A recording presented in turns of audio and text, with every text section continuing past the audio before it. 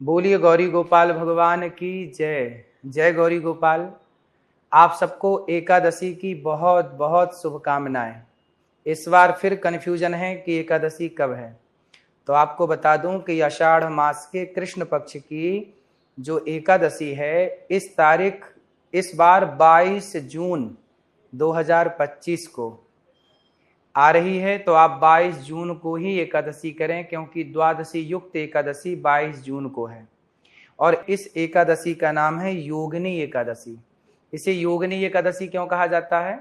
कहते हैं कि एक बार कुबेर के दरबार में, कुबेर के राज्य में, स्वर्ग लोक में जो कुबेर जहां विराजते हैं, तो कुबेर भगवान शिव के बहुत बड़े पुजारी हैं। एक दिन अपने हेम नाम के माली को कुबेर ने कहा कि जाओ बगीचे से भगवान शंकर के लिए पुष्प लेकर के आओ।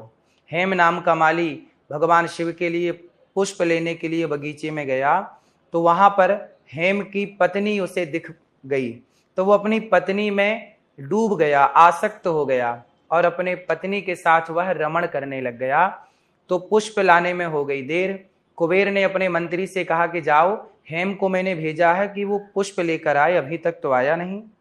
मंत्रियों ने जाकर देखा तो वो अपनी पत्नी के साथ बगीचे में क्रीड़ा कर रहा है, रमण कर रहा है, पत्नी के साथ मस्त है। तब कुबेर को सूचना मिली तो कुबेर ने आकर के कहा कि मैं कब से भगवान शिव के लिए पुष्प के लिए तुम्हारा इंतजार कर रहा था और तुम यहाँ पत्नी के साथ रमण कर रहे हो।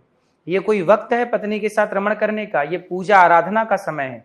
जाओ, मैं तुम्हें श्राप देता हूं। कुबेर ने श्राप दे दिया हेम नाम के माली को कि जाओ, मैं तुम्हें श्राप देता हूं कि तुम कोढ़ी हो जाओ और मृत्यु लोक में जाकर के बीमारियों से घिर जाओ। श्राप लगते ही हेम नाम का माली इस मृत्यु लोक में आ गया और कोढ़ का रोग हो गया। ना उसे नींद आती, ना भूख लगती, दर दर की ठोकर खाता, कष्ट से शरीर जला जा रहा है।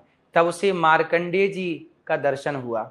मार्कंडेय जी से कहा कि हे गुरुदेव, मैं इस पाप से, इस बीमारी से कैसे बचूं? तब मार्कंडेय जी ने पूछा कि तुम्हें ये सब बीमारी हुई कैसे? तब कहा कि मैंने पूजा के समय पे पत्नी के साथ रमण किया और मैंने कुबेर जी की आज्ञा का उल्लंघन किया। भगवान शिव की पूजा में देर हुई, इसलिए मुझे कुबेर जी ने श्राप दिया है।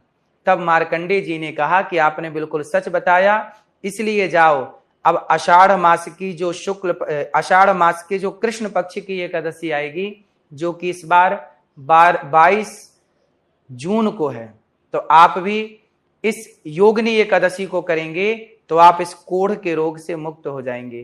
तब कुबेर के श्राप से मुक्ति के लिए मार्कंडेय जी ने कहा कि हेम, तुम इस एकादशी का व्रत करो। 88,000 ब्राह्मणों को भोजन कराने का जो पुण्य मिलता है, वह मात्र योगिनी एकादशी का व्रत कर लेने से प्राप्त हो जाता है। तो जाओ, आप इस व्रत को करो। हेम ने जब आषाढ़ मास के कृष्ण पक्ष की एकादशी का जब व्रत किया, तो वह सारे पाप से मुक्त हो गया और पुनः वह कुबेर के धाम में पहुंच गया और अपनी पत्नी के पास फिर वो रहने लग गया और अब शिव की आराधना करके अपना कल्याण करना चाहता है। कुल मिलाकर के व्यक्ति से जाने अनजाने में कोई पाप हो जाए तो उस पाप की निवृत्ति के लिए हमें यह योगिनी एकादशी अवश्य करनी चाहिए। तो आप सबको योगिनी एकादशी की बहुत बहुत शुभकामनाएं और आप एकादशी अवश्य करें। एकादशी के दिन आप दशमी के दिन ही, मतलब आप 21 तारीख को ही रात्रि को भोजन ना करें, सूर्य अस्त के पहले भोजन कर लें और 22 तारीख 22 जून 2025 को आप सुबह से लेकर शाम तक केवल भगवान का कीर्तन करें।